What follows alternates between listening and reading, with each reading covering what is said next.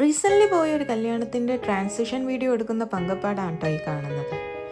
എന്തായാലും കുറേ ട്രൈ ചെയ്ത് കഴിഞ്ഞ് ഞങ്ങൾ തന്നെ മതിയാക്കി. കാരണം അവിടെ വെഡ്ഡിങ് കഴിഞ്ഞു പോവുകയാണ്. വേറെ ആരുടെയും അല്ല വെഡ്ഡിങ്, ഞങ്ങളുടെ ബെസ്റ്റ് ഫ്രണ്ട് ഡിലൻ്റെയും അക്സയുടെയും. എന്തായാലും വെഡ്ഡിങ് സ്റ്റാർട്ട് ചെയ്യണതിന് മുന്നേ ഞങ്ങൾ അവിടെ എത്തി.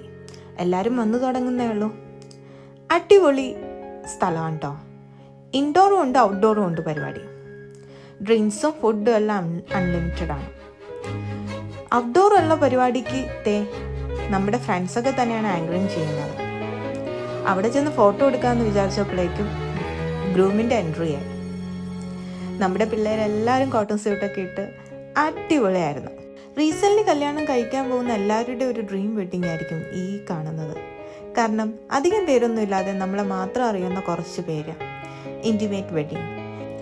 ഔട്ട്ഡോർ പരിപാടി കഴിഞ്ഞ് ഞങ്ങൾ നേരെ ഇൻഡോറിലേക്ക് പോയി. ഫുഡിന് വേണ്ടി വെയിറ്റിംഗ് ആയിരുന്നു. പക്ഷേ അവിടെ കുറച്ച് ചടങ്ങുകളുണ്ട്.